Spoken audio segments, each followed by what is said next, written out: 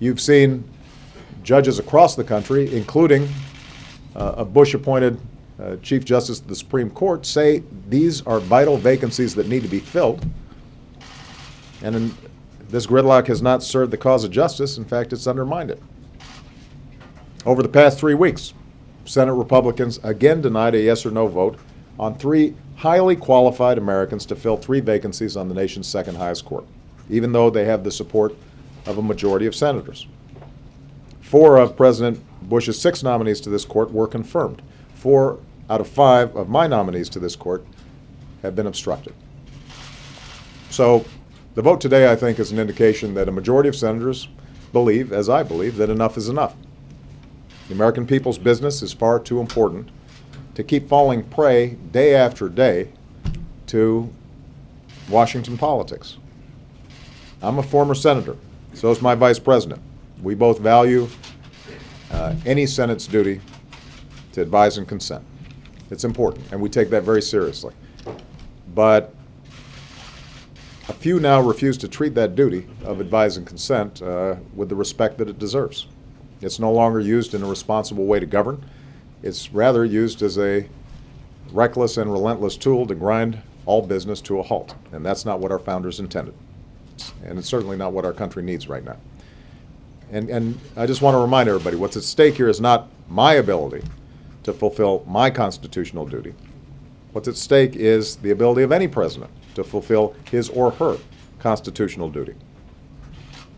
You know, public service is not a game, it is a privilege, and the consequences of action or inaction are very real.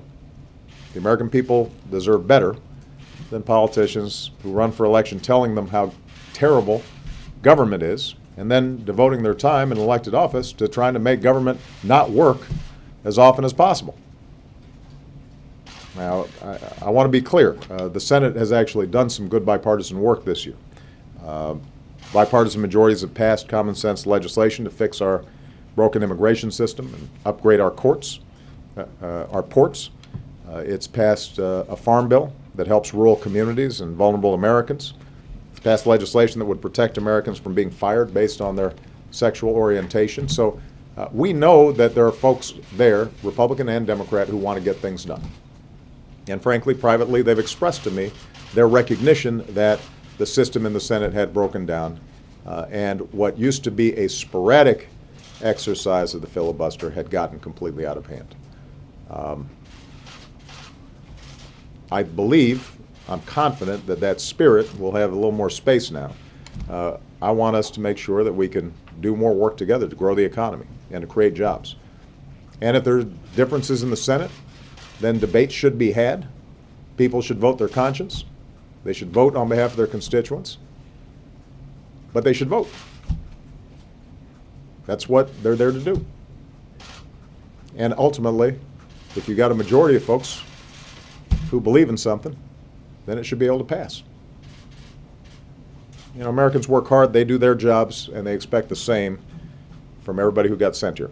And as long as I have the privilege of being in this office, I'll keep working as hard as I know how to make sure that the economy is growing and we're creating good jobs and we're widening prosperity and opportunity for everybody. And I know that that's what the majority of folks in the Senate believe as well. But the gears of government have to work. And the step that the majority of senators took today, I think will help make those gears work just a little bit better. Thanks very much, everybody. And now Josh will answer all your questions. Would you like to see a filibuster